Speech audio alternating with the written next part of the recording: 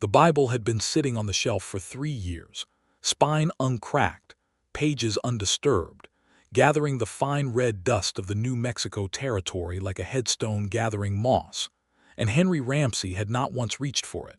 Not on Sundays, not on the nights when the wind came screaming down from the Sangre de Cristo Mountains and rattled the windows of his small ranch house like something desperate trying to get in. And not even on the anniversary of the day. He had watched his best friend bleed out in a field in Virginia with nothing but a prayer on his lips and no one to answer it.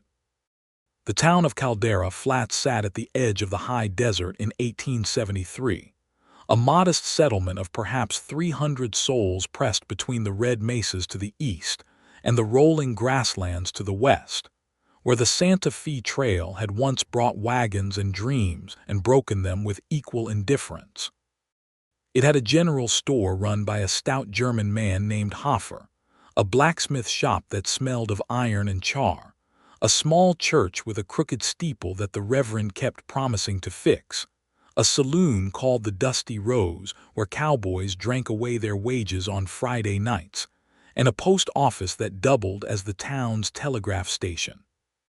It had a schoolhouse newly built from fresh-cut timber that still smelled of pine sap, and it was into this schoolhouse that Esther Redmond arrived on the third morning of October, stepping down from the twice-weekly stage with a trunk, a carpetbag, a collection of dog-eared books tied together with twine, and a quiet sort of determination in her dark eyes that made old Hofer tip his hat from across the street. Esther was 24 years old, born in Missouri to a schoolteacher father and a mother who had died of fever when Esther was 9, leaving her to grow up between the pages of her father's books and the rows of his garden, where she had learned that living things needed both light and patience.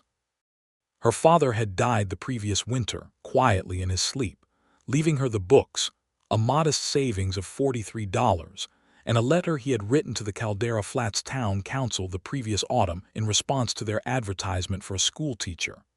A letter that had been answered in the affirmative before his death and that Esther had chosen to honor, partly because she needed the work and partly because staying in Missouri felt like living inside a grief she could not climb out of.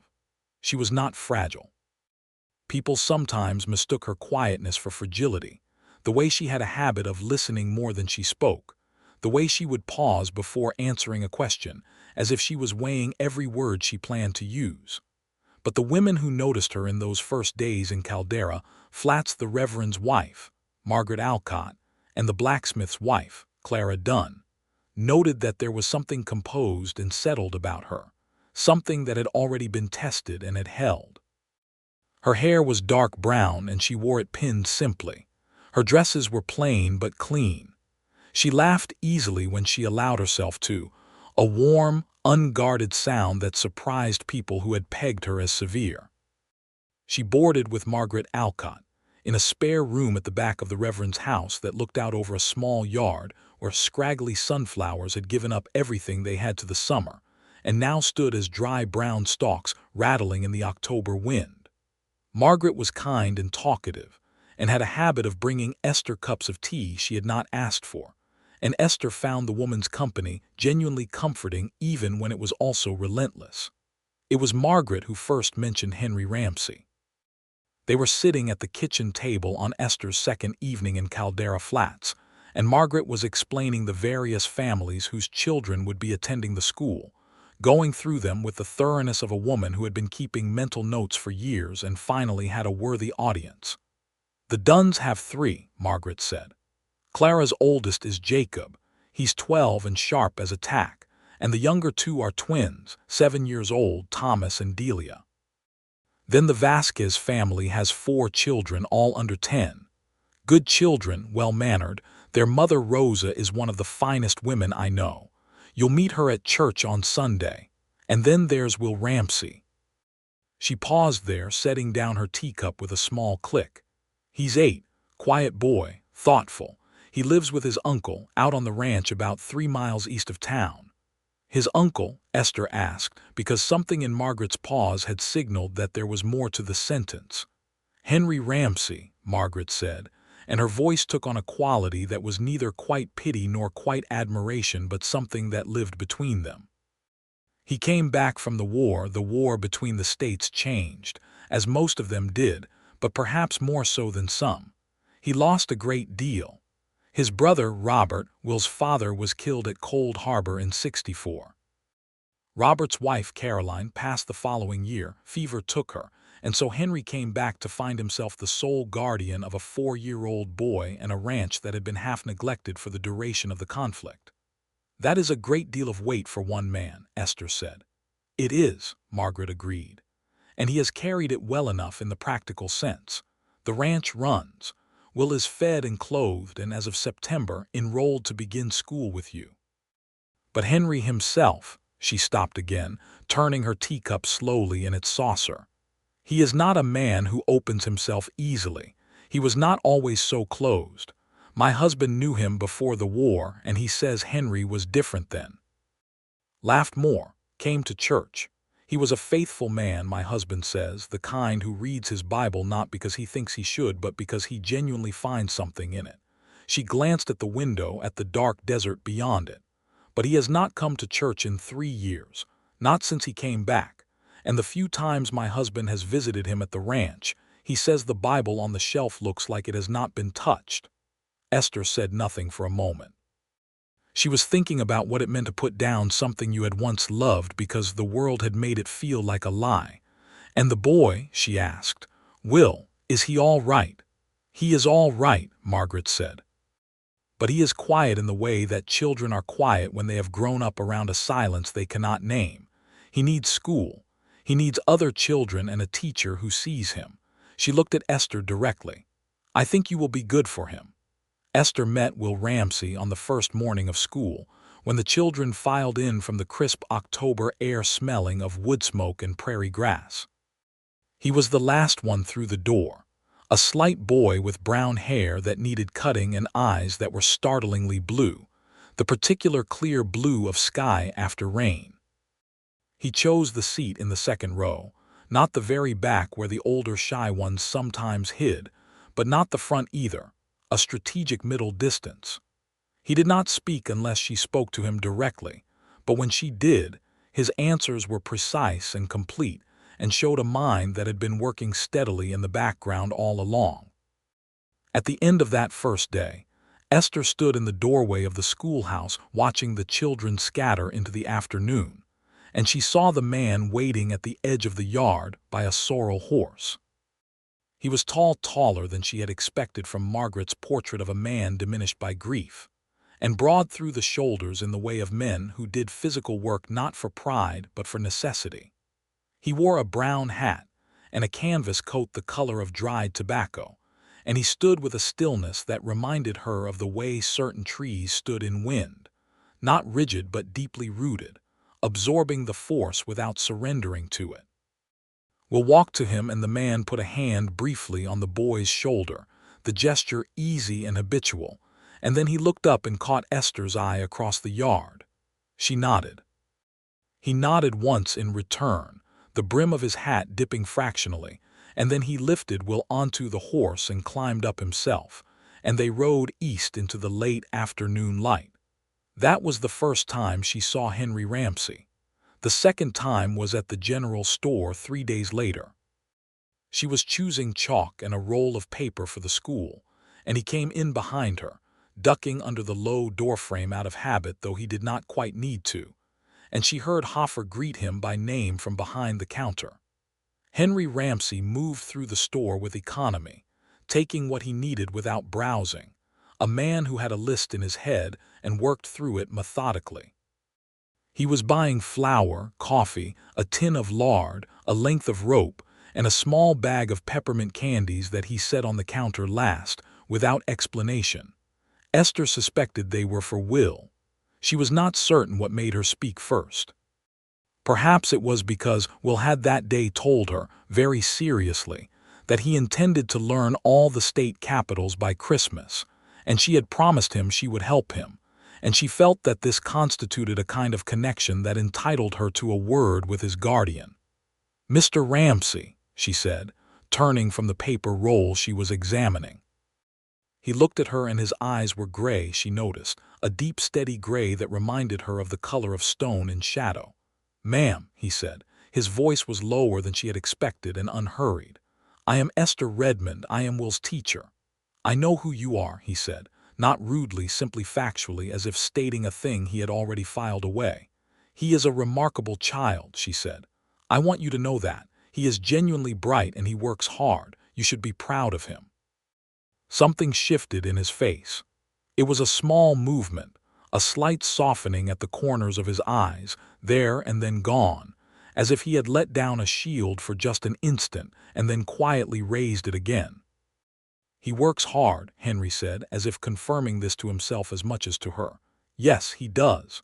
Is there anything you want me to know about him?" she asked.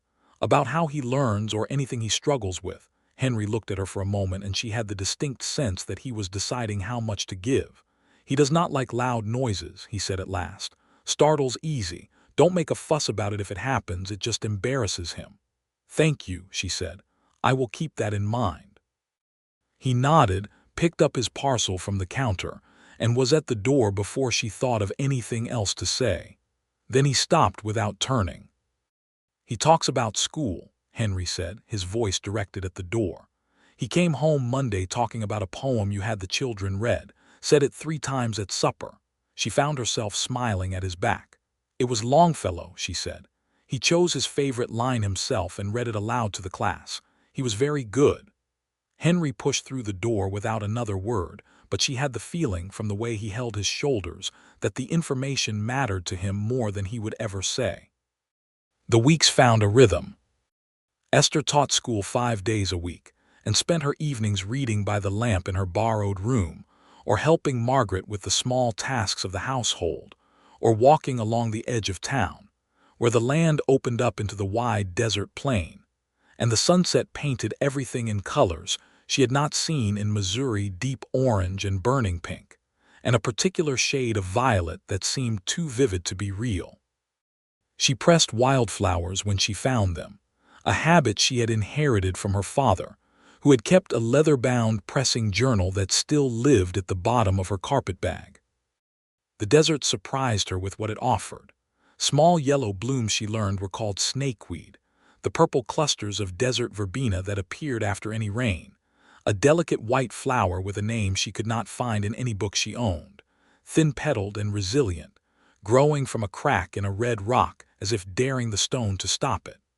Will came to school every morning on a horse he rode alone, a small brown mare who waited patiently in the linta behind the schoolhouse all day.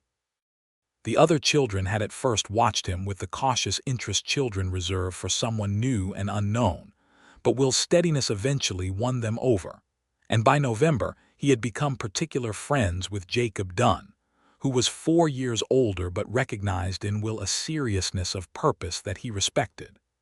Henry brought Will to school himself only on the mornings after storms, when the trail from the ranch grew uncertain.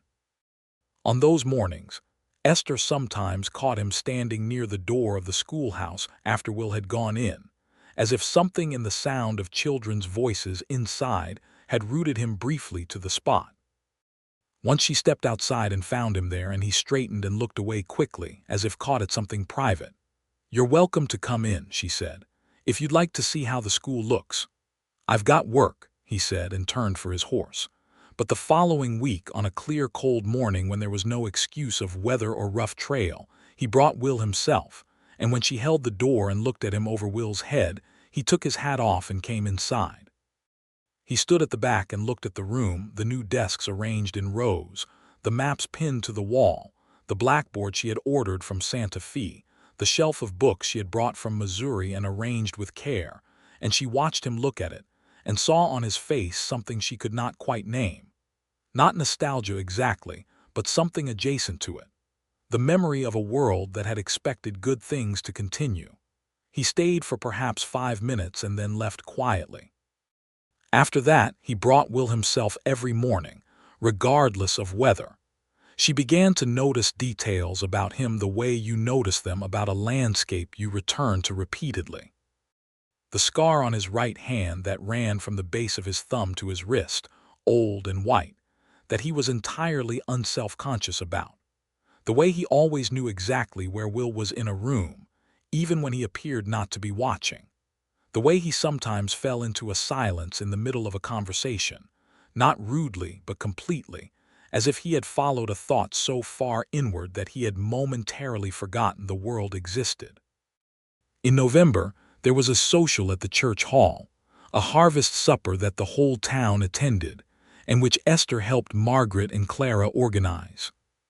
She strung dried corn along the walls and helped set up the long trestle tables, and spent the early part of the evening serving sweet potato pie and listening to Clara's husband, Dan, play the fiddle while people danced.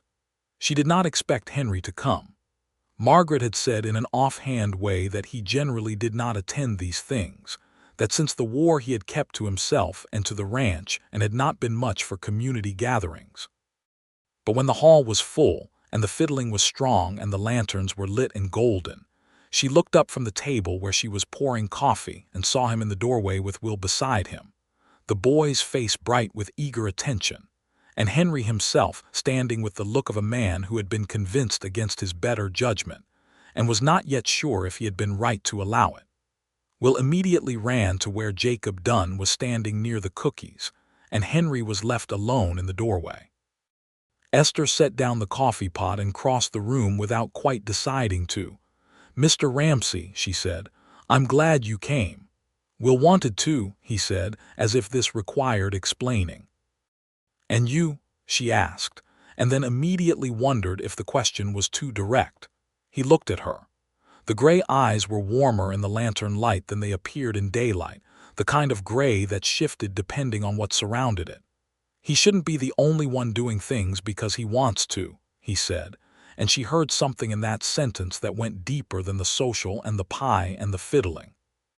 She handed him a cup of coffee she retrieved from the table, and they stood together near the wall and watched the room, and she told him about how Will's reading had progressed, how he had beaten every other child in the spelling round she had held that week, how he had a gift for mathematics that she intended to take seriously.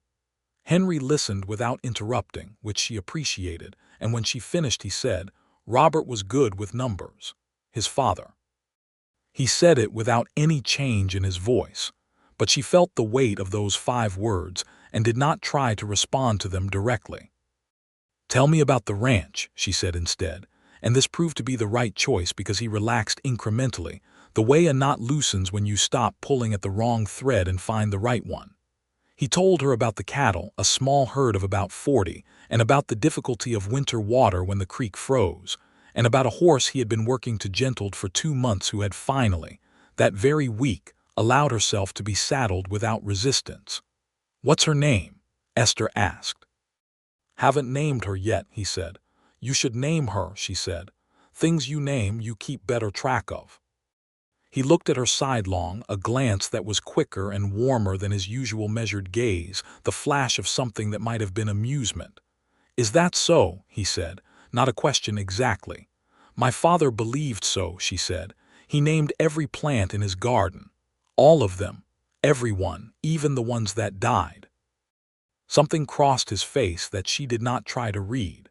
And then the fiddling changed tempo and couples moved onto the floor, and Will appeared from across the room to drag Henry toward the cookies with an urgency that was not to be denied.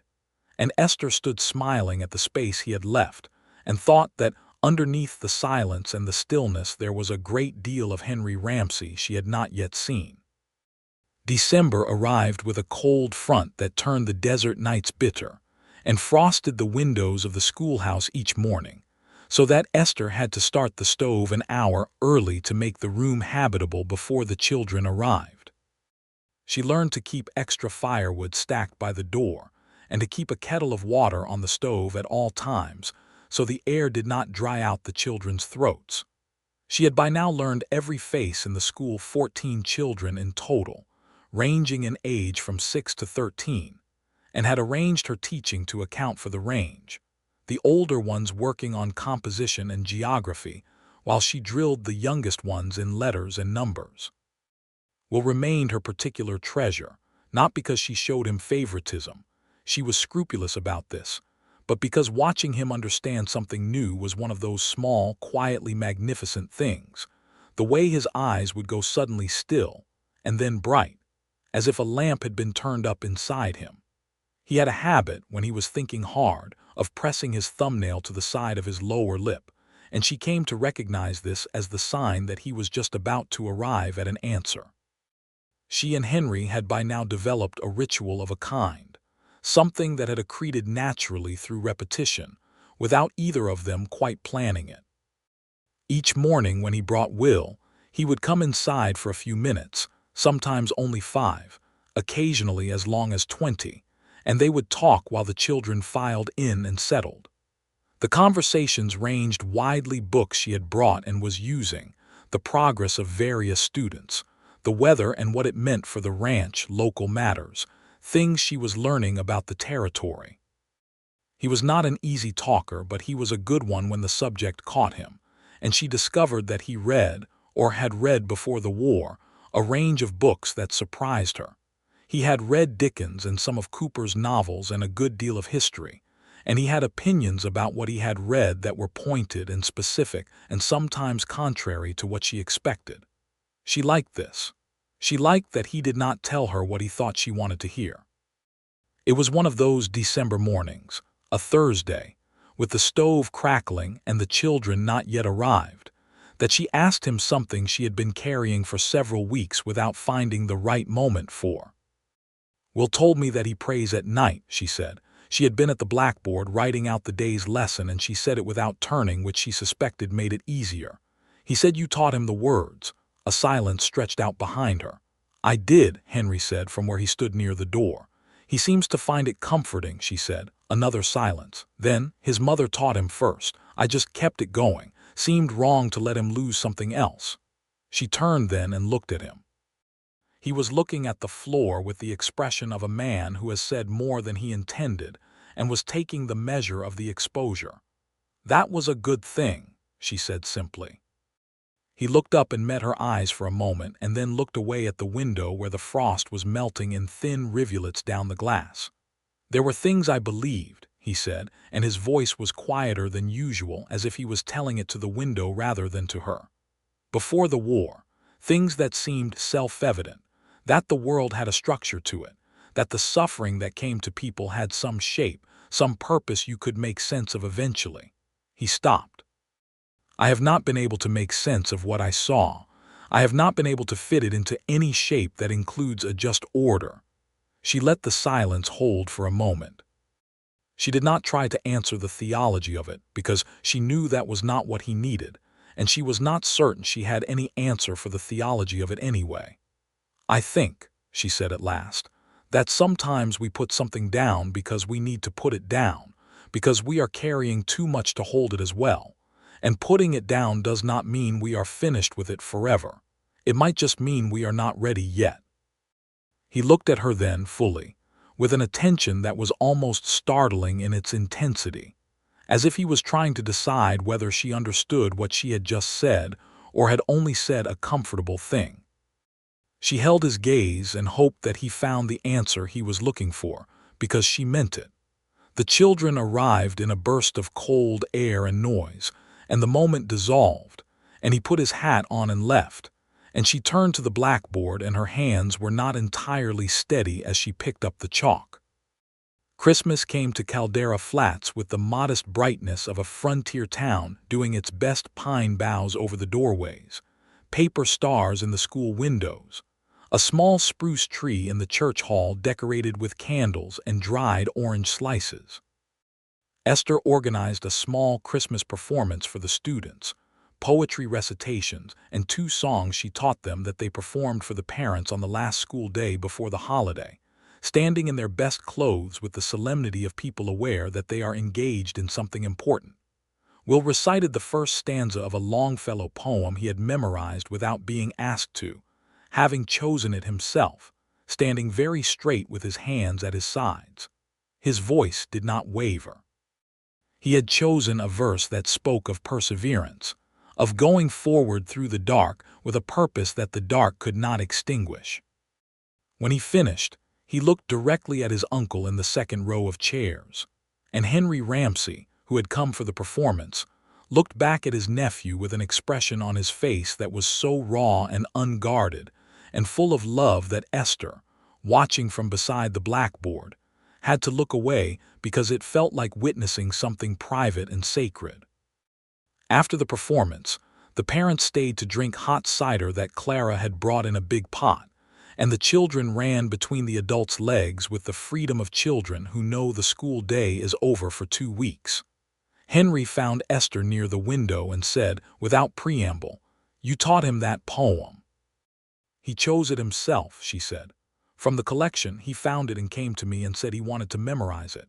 Henry looked at his hands. He was holding a tin cup of cider he had not drunk. "He's going to be all right," he said. It came out as if he was testing the words, seeing if they held. "Yes," Esther said, "he is." Henry looked up at her. "Because of you, some part of it." "Some small part," she said. "The larger part is him, and the larger part of that is you." He did not deflect it this time. He let it land, and she watched him let it land, and the cider grew cold in his cup, and neither of them moved for a long moment. "Miss Redmond," he said, and his voice had something in it she had not heard there before, a tentativeness that sat strangely on the solidity of him, like a crack in good stone that you only notice up close. "Would you? I wondered if you might like to." He stopped, started again. "I know it's the holiday and you'll have things with the Alcotts, but if you find yourself with an afternoon free, the view from the east ridge of the ranch is something in winter. There's color in the rock that comes out in the cold that you don't see other times of year." She looked at him for a moment. The offer was tentative and it was dressed up in scenery, but she understood perfectly well what it was, and the fact that he had made it, this man who had not opened himself to anything for 3 years, felt significant in a way she did not want to diminish by reacting too quickly or too little. "I would like that," she said, simply and clearly. Something happened on his face. The tension in it eased almost imperceptibly, the way a rope held taut will give just a fraction when the pull is relieved.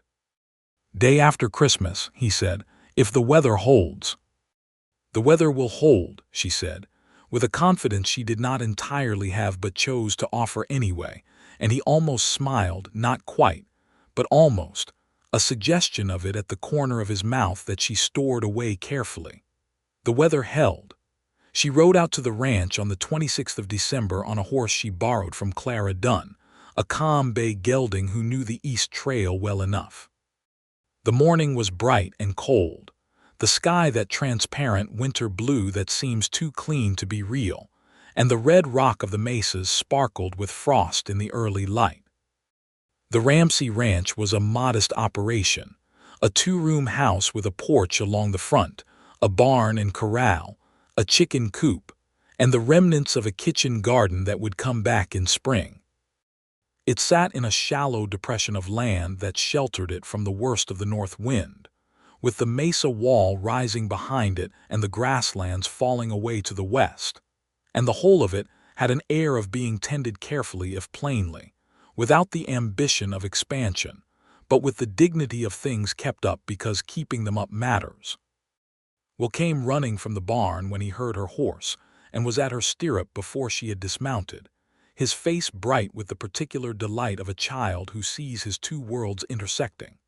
Henry came out of the house behind him, wiping his hands on a cloth, and he had changed his canvas coat for a dark wool one that looked almost formal by comparison, and she noticed this and chose not to say anything about it.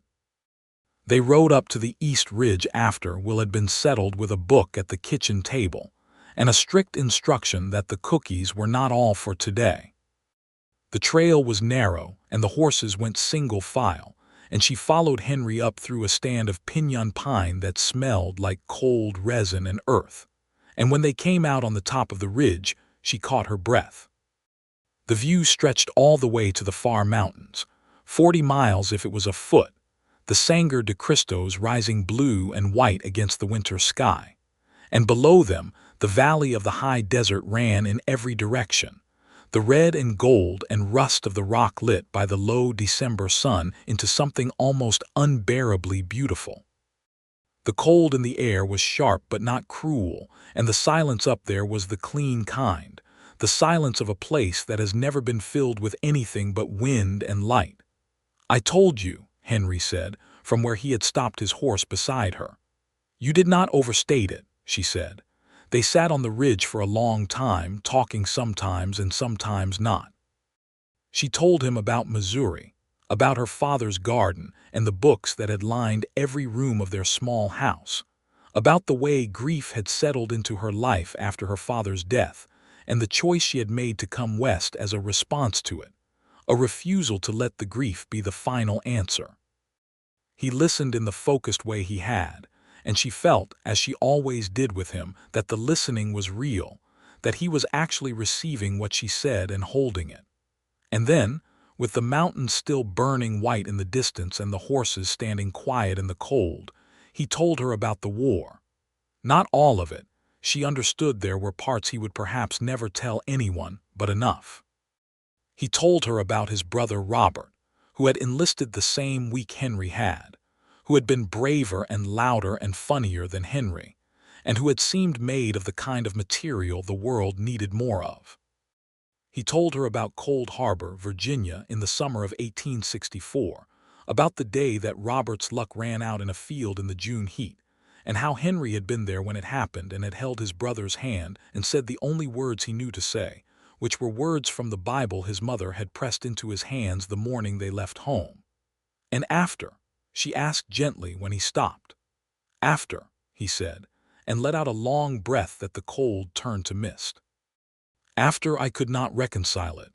I kept thinking, I said those words, and Robert died anyway, and 20,000 men died that day, and for what? And I could not, the book that had those words in it, I could not open it. Could not look at it. It felt like a lie I had been told or a promise that had been broken." She was quiet for a moment. The wind moved through the pinyon pine below them and made a sound like water. "But you kept it," she said. He looked at her. "You kept the Bible," she said. "You did not throw it away or leave it behind. You brought it home and put it on the shelf, even though you could not open it." He was very still on the horse. "I don't know why," he said. "I think you do," she said, and then let that be enough, because she was not in the business of pushing doors that a person needed to open themselves. On the way back down the ridge, his horse and hers walked side by side where the trail was wide enough, and their knees were nearly touching, and neither of them moved apart. January in the New Mexico territory was hard and brilliant, the cold crisp and definitive, the sky a relentless blue.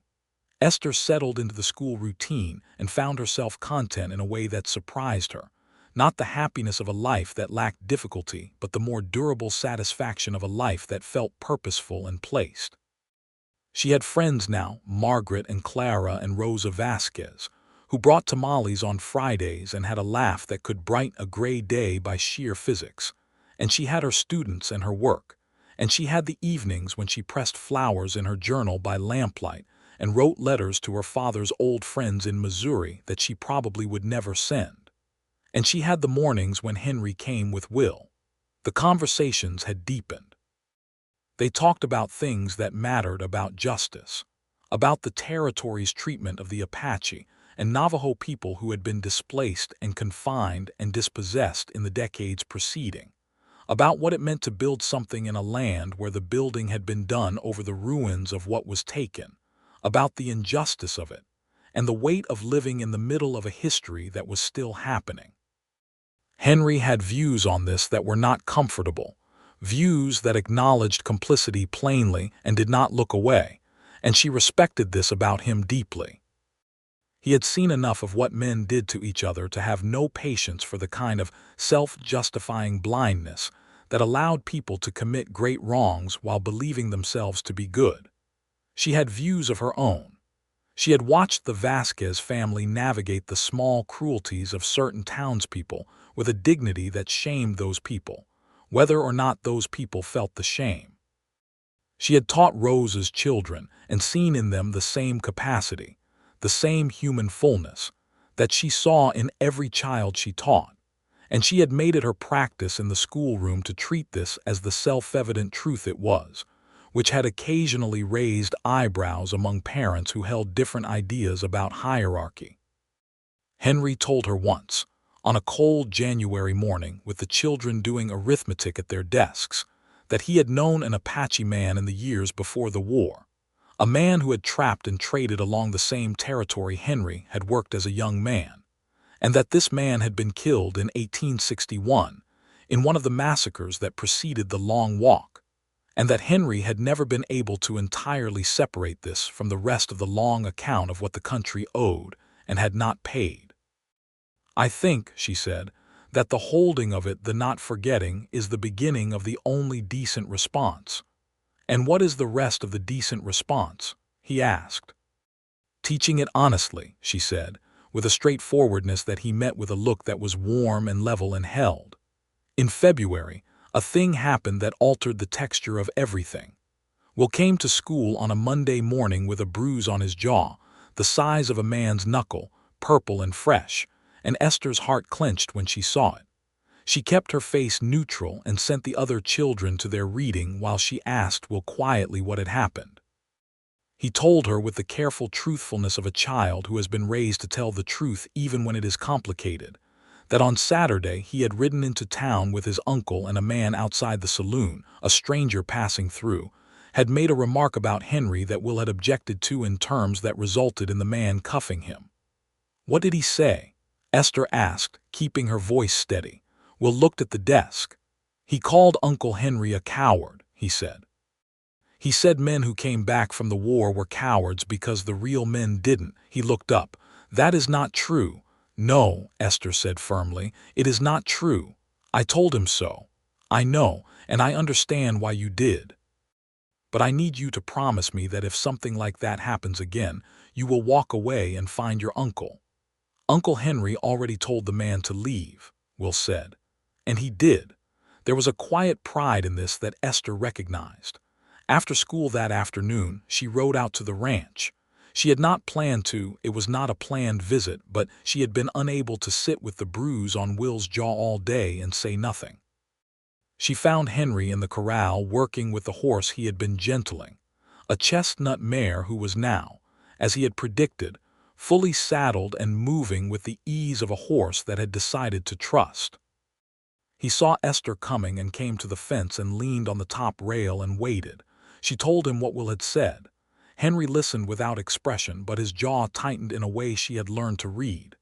"He is all right," Henry said when she had finished. "He is," she agreed. "But I wanted you to know." And I wanted to say, she hesitated, not because she did not know what she wanted to say, but because she wanted to say it right. "Whatever anyone says, men who kept going after the war, men who came home and raised their nephews and kept their ranches and showed up every day to the work of living, that is not cowardice. That is the hardest kind of courage. The kind that no one makes statues of." Henry looked at her from the other side of the fence. The late February light was low and amber, and it caught the gray in his eyes and made them warmer, almost gold at the edges. He did not say anything for a long moment. When he spoke, his voice was rougher than usual. "You don't have to, I know I don't have to," she said. "I wanted to." He looked away, out past the ranch toward the mesas, and his throat moved. When he looked back at her, the guard was lower than she had ever seen it, and what was underneath it was not weakness. It was something that had been under pressure for a very long time and needed more than anything to be acknowledged rather than broken. "Miss Redmond," he said. "Esther." Her own name in his voice felt like something opening. "Come have supper," he said. "You rode all the way out here. Come have supper with us." She did. The three of them ate at the kitchen table in the small warm room that smelled of coffee and wood smoke, and Will talked about the state capitals he had memorized. He was up to 16, and Henry made a beef stew that was plain and good, and outside the desert evening settled into darkness and the stars came out hard and brilliant over the mesas, and when Esther finally rode home the long way back, she was acutely aware of the warmth she was carrying with her, and the cold of the desert was entirely beside the point. March brought early wildflowers to the low desert, the kind that took advantage of the brief period between the worst of the winter cold and the arrival of the summer heat, pushing up from cracked red earth with a determination that Esther found moving each year she observed it. She was out on the edge of town one late March afternoon, walking the open ground east of the last building, when she found a patch of desert verbena in full early bloom, and she spent 20 minutes down on her knees on the cold ground collecting specimens for her pressing journal. She pressed them that evening by lamplight, laying them carefully between sheets of paper and setting her heaviest books on top, and she was looking at them when the thought arrived so quietly that she did not at first recognize it as a thought and not just a feeling. She had been thinking about what Henry had told her on the ridge in December, about the Bible on the shelf, about the words he had said over his brother, and the way those words had afterward felt like they had failed him. She knew the Bible well. Her father had read it to her, not with the rigidity of doctrine but with the curiosity of a scholar, pointing out the poetry and the history and the human weight of it. She knew there were pages in it that were not about comfort or easy promise, but about the kind of grief that did not resolve, about crying out in the dark without an answer, about enduring without understanding. She had always found these pages the most honest. She thought about what he needed, not what would comfort him exactly or solve anything, because she understood that there was no solving of what he had seen and lost. What he needed, she thought, was to know that the book itself contained the grief, that it had not failed him by being a book that promised everything would be all right, that it was a book capacious enough to hold the cry of a man who had watched his brother die in a field in Virginia. She found the Bible on his shelf the following Saturday.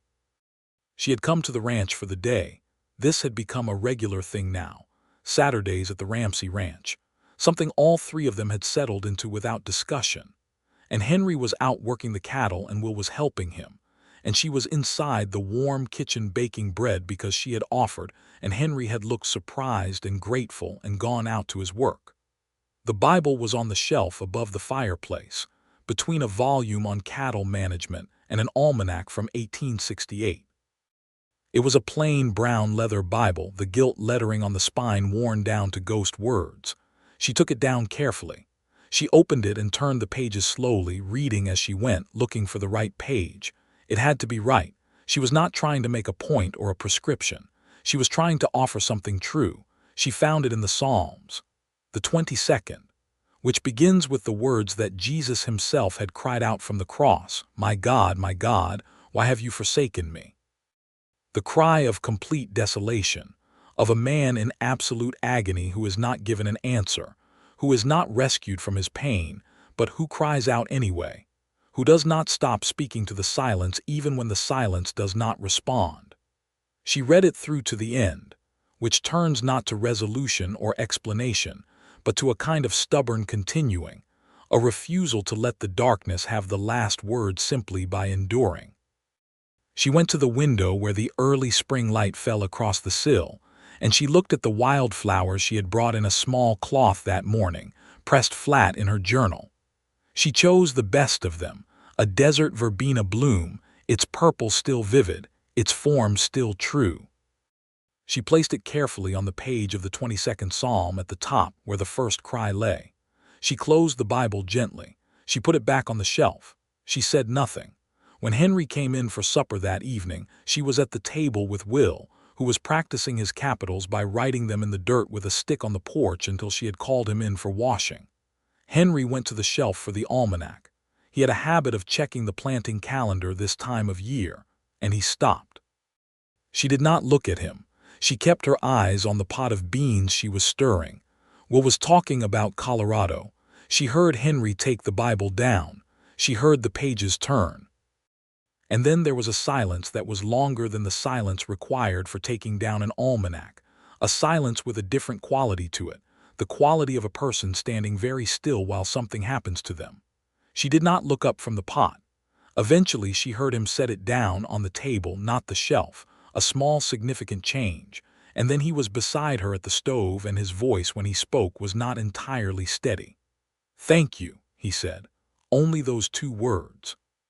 But the weight in them was such that she set down the spoon and looked up at him, and what she saw in his face was not resolution, because there is no resolution to some things, but a kind of arrival, the face of a man who has been traveling a long, hard road and has just seen, for the first time, that it goes somewhere after all. "You are welcome," she said, simply and directly. And then she picked up the spoon and went back to the beans, and Will announced that he had successfully named 21 capitals, and the kitchen was warm, and the evening was full of the smell of cooking, and the particular ordinary goodness of a life that was, quietly and without fanfare, becoming something she wanted to keep. April was warm, and the wildflowers came on strong, filling the open desert with color that seemed improbable given the rock and the heat and the dry. Esther walked more than she had, finding new things to press, and she had now completed most of her first pressing journal and begun a second. She had developed a habit, on these walks, of arriving at the fence line of the Ramsey ranch from the south, because the light was different there, and the view of the mesa wall behind the house was something she never got tired of. She had also developed a habit of noticing, on these walks, that she was walking in the direction of the Ramsey ranch not for the view of the mesa, but because she was trying to catch a glimpse of the man who lived there. This was, she acknowledged to herself privately, a different matter than before, and she was not sure what to do about it. He had not said anything direct. He was not a man who said things direct if he could avoid them. He preferred to approach a subject the way he approached a horse that needed gentling, from the side and at a careful angle. But she was aware, with the clarity of a woman who pays attention, that something had changed between them since the evening she had placed the flower in the Bible, that the air between them was different, charged with a significance that had not been there before. She was careful not to assume more than was there. She had not been wrong in reading him. She had not misread any of the small signs that had accumulated over the months, but being careful mattered to her, because she did not want to mishandle something this important, and it was important, she admitted to herself, more important than she had anticipated when she had stepped off the stage in October with her trunk and her carpetbag and her intention to simply do her work. On the second Saturday of April, Henry asked her to walk with him. Will had gone to spend the afternoon at Jacob Dunn's house, an arrangement that Esther suspected had not been entirely unplanned, and Henry came to the door of the Alcott house in the early afternoon and took his hat off when she answered and said, "Walk with me, if you have the time." She had the time. They walked east of town toward the open ground she had been crossing in her walks, the ground where the desert verbena was blooming now in long drifts of purple. He walked beside her with his hands in his coat pockets, and he was quiet for a while in the way he sometimes was, working up to something.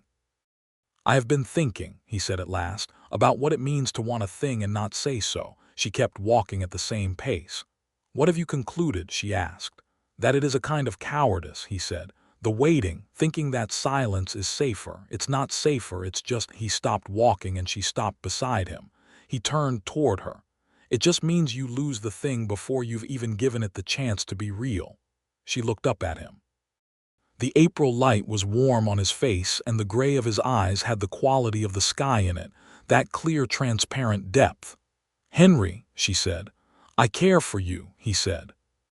It came out plainly, without ornament, in the direct manner of a man who has decided that plainness is the only option left because everything else is cowardice. "I have cared for you for months. You have changed things for me. For Will. I'm not—" He stopped, started over. "I'm not easy company. I know that. I'm a man who has spent 3 years building a very high wall, and I am still figuring out how much of it to come down from. But I know what I feel, and I am tired of not saying it." She did not make him wait. She was done with waiting too. "I care for you," she said. "I have cared for you since December at the least, perhaps earlier." She looked at him steadily. "You are not easy company in the way that things worth knowing are not easy. You require patience and attention, but you are worth it, Henry. You are worth all of it." He reached out, the scarred hand, and touched her face the way you touch something you have been afraid of losing before you had it, carefully, as if it might not be real. She put her hand over his and held it there. It was April in the New Mexico territory, and the purple verbena ran for half a mile in every direction, and the mountains were clear on the horizon, and Henry Ramsey kissed Esther Redmond for the first time out in the open desert in the afternoon light, and it was not tentative at all once it happened, nothing like the caution of the approach to it, but certain and full and real, the kind of thing you recognize as true in the same instant you feel it. They were not children. Neither of them made it into something it was not. When they walked back toward town in the late afternoon, they walked side by side with the comfortable ease of people who know where they are, and he held her hand and she held his back, and neither of them said very much because there was no need to, because some things are better lived than narrated. May brought warmth and longer days and the expansion of Esther's school garden, a project she had initiated in April, having obtained a small plot of ground behind the schoolhouse where she intended to teach the children something about the relationship between patience and growing things. She had enlisted Henry's help in turning the soil and building a small fence to keep the rabbits out, and on the Saturday they did it. Will worked beside them with a seriousness of purpose that was almost comic in a child of 8. And when they stood back at the end of the afternoon and looked at the turned dark earth ready for planting, all three of them were dirty and pleased. And Henry put his arm around Esther's shoulders, and she leaned against his side, and Will looked at them and appeared to find this arrangement entirely satisfactory. The school year ended in June with another performance, bigger than the Christmas one, attended by nearly the whole town. Will recited a new poem, one he had memorized in a single evening after Esther showed it to him, a poem about the long work of endurance and the slow arrival of morning and afterward, when the crowd broke into the kind of applause that is genuine rather than polite. Will looked for Henry in the crowd, and Henry was already looking at him, and the expression on Henry's face was one that Esther, watching from beside the schoolhouse door, kept in her memory for the rest of her life. Summer on the ranch was work from dawn to the last light. Esther came often, because she was no longer boarding with the Alcotts. She had found, at the beginning of June, a small house of her own on the western edge of town, 2 rooms and a porch and a yard big enough for a garden, which she immediately began building, and she had more freedom over her time. She learned the rhythms of the ranch the way you learn a new language, by immersion and repetition, by making mistakes and having them gently corrected, by finding eventually that the vocabulary had arranged itself in her mind and the grammar had become intuitive. She was not a rancher and did not pretend to be, but she could help with certain things, and she found she liked the physical work of it, the tangible relationship between effort and result. Henry taught her to ride properly, which she had done only moderately before, and this became the subject of considerable mutual entertainment, because Henry was patient as a teacher, and she was stubborn as a student, and the combination of these qualities resulted in arguments about technique that they both enjoyed rather too much, and that Will watched from the fence with the expression of a judge who has decided in advance.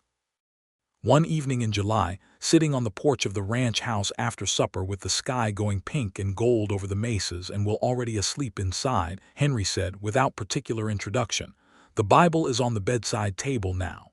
She was leaning against the porch post with her legs stretched out and a cup of cold coffee in her hands, and she did not make a large moment of this. She said, "Is it?" "I read it some nights," he said. "Not all of it, certain places." "Which places?" He was quiet for a moment.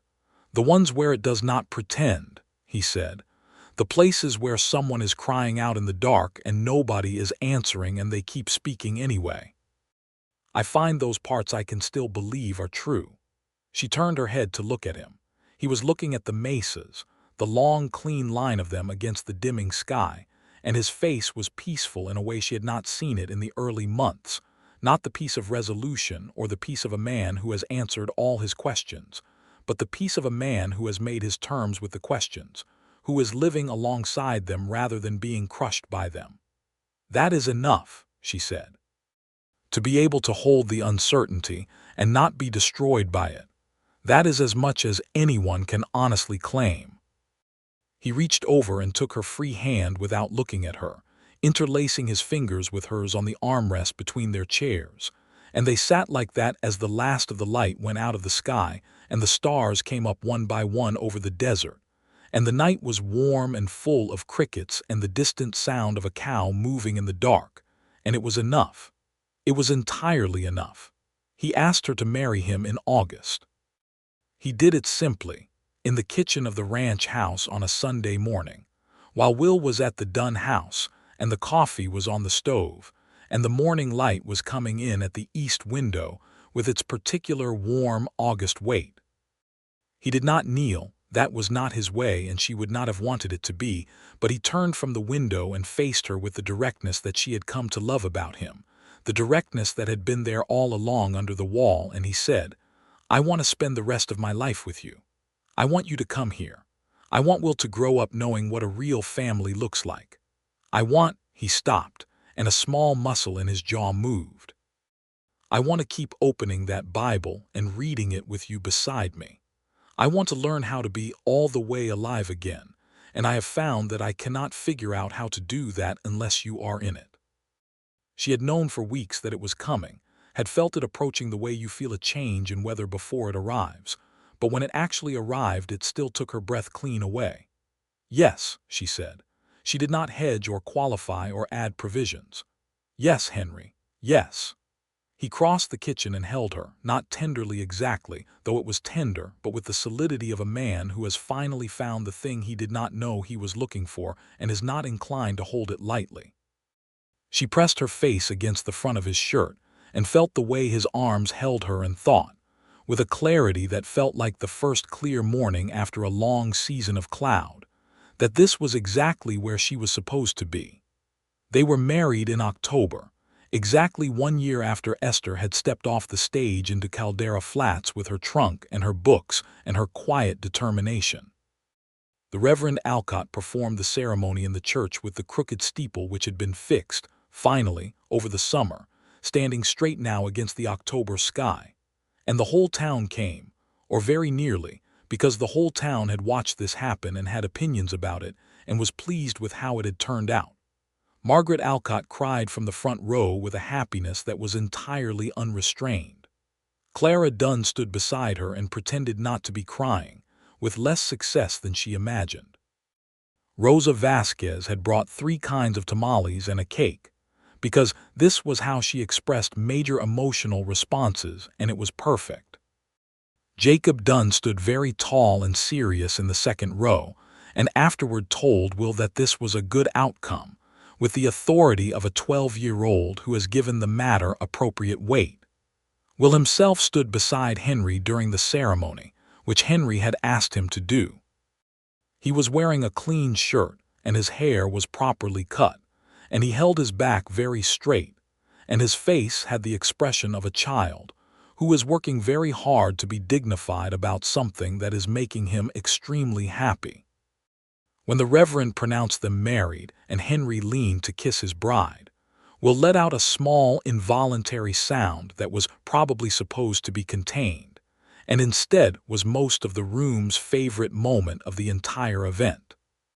After the supper and the dancing, Henry danced with her, which she had not been certain he would do, and he was a better dancer than he had given himself credit for after all the well-wishers and the cake and the toasts made with the good rye whiskey that Dan Dunn had brought for the occasion. They rode home to the ranch in the cool October dark with Will asleep against Henry's shoulder on the horse. They put Will to bed and then stood together in the kitchen in the lamplight that had a different quality now, the quality of lamplight in a place that belongs to both of you, and Henry said, "All right then," as if arriving at the end of a very long road that had gotten him exactly where he needed to go. "All right," she said, and took his hand. The winter was the warmest they had known, they said, though it was only the second Esther had spent in New Mexico and she was still calibrating.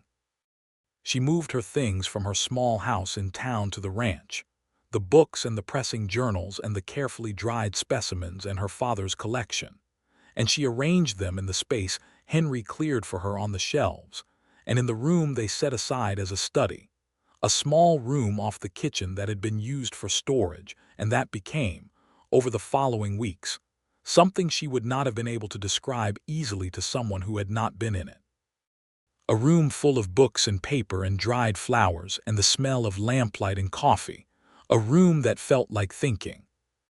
Henry added to the shelves as the winter went on, going to Santa Fe in November and coming back with a box of books he had selected himself, history and philosophy, and a volume of poetry she had mentioned once in a conversation he had apparently filed away with perfect accuracy.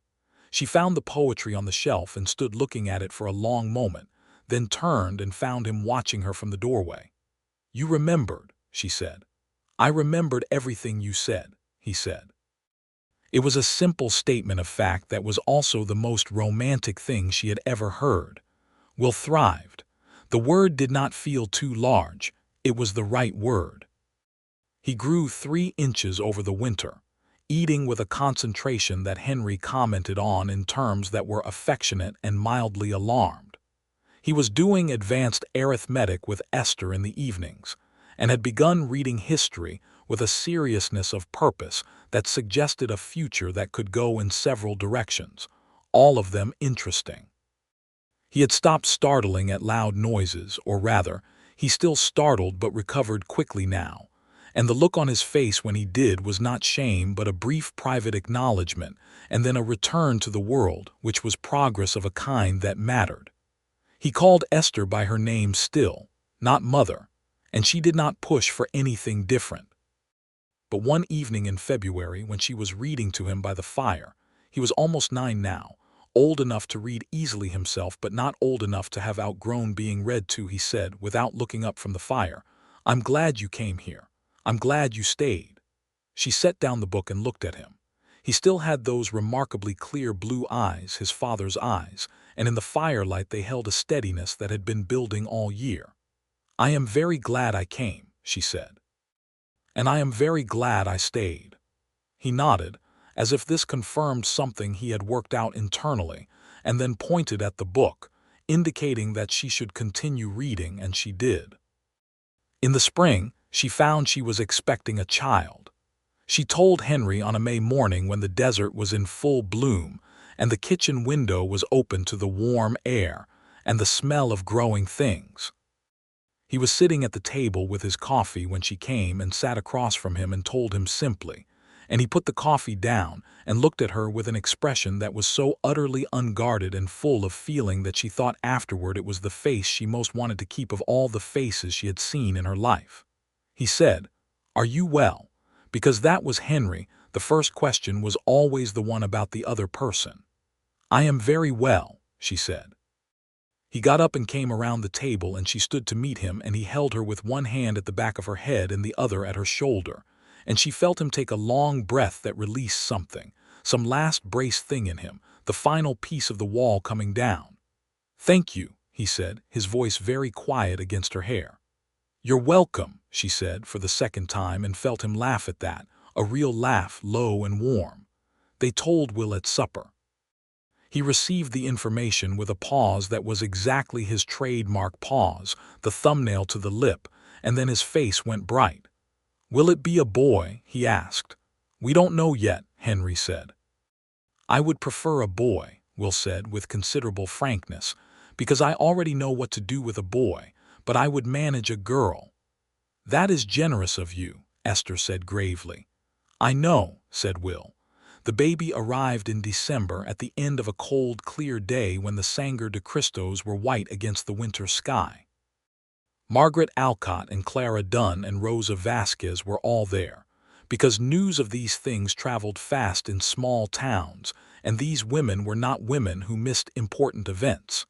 Henry was in the next room for most of it, and she could hear him moving back and forth in a pattern that she found both touching and mildly comical. The baby was a boy.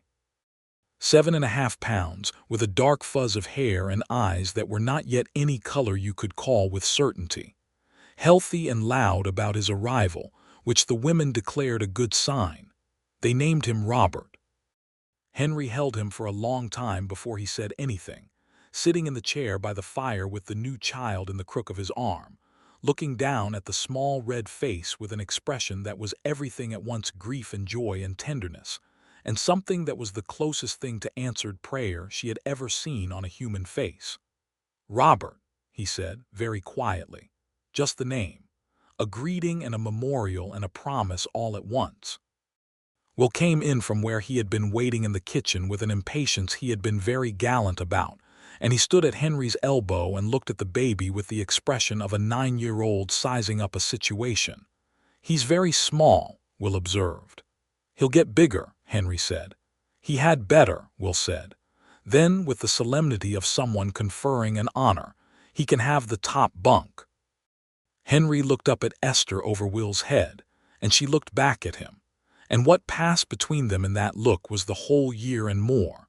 The long road of it. The pressed flower on the Bible page and the ridge at dawn in December and the verbena blooming purple across the desert and his hand on her face on the day in April, and every morning and evening and ordinary hour between. Everything that had brought them to this warm room on this December night with the mountains out there in the dark, and the baby in his arms and the boy beside him and the life they had built with steadiness and patience, and the willingness to open what had been closed. She was sitting up in bed with the quilt around her and her hair loose, tired in the deep clean way of a body that has done something large and necessary. And Henry carried the baby to her and placed him in her arms and sat on the edge of the bed beside her, and the three of them. 4 of them were in that circle of lamplight in the December dark, while the world outside went on with its own concerns. Will fell asleep in the chair by the fireplace within the hour, head tipped to one side, and neither of them woke him. Esther opened the pressing journal that she had set on the bedside table that morning, not knowing why exactly, only that it felt right to have it close. It was the second journal, nearly full now, containing everything she had pressed from the New Mexico desert in the last 14 months. She turned to a page near the middle, and there, between a sheet of paper and the next page, were the remnants of a desert verbena bloom, not the one she had placed in Henry's Bible. That one was still there on the page of the 22nd Psalm where she had left it, the pressed petals still holding their color with the stubbornness of living things. But one of the others from the same afternoon, its purple faded now to lavender, its form still perfectly preserved. She showed it to Henry without speaking, just held the open journal toward him, and he looked at it for a moment and then at her. "First thing you gave me," he said. "I didn't give it," she said. "I left it." "You left it where you knew I would find it," he said, "and you didn't say anything." "I didn't need to," she said. He leaned forward and kissed her on the forehead, a slow and deliberate press of his lips against her skin, and then looked down at the sleeping baby in her arms. Robert's small fist had closed around one of her fingers in the automatic grip of the newly arrived, and Henry touched the baby's hand with one finger, the scarred right hand, careful as a man touching something precious. "I read the whole psalm," he said quietly so as not to wake Will. "The 22nd, the whole way through." "I know," she said. "Did you know it ends the way it does?" he asked. Not with an answer, but with a continuing, a deciding to go on in spite of the silence. "Yes," she said. "I knew. Is that what you thought I needed to see?" She looked at him. "I thought you needed to see that the book itself knew what it was like to cry out and not be answered. That it was not a book of easy promises.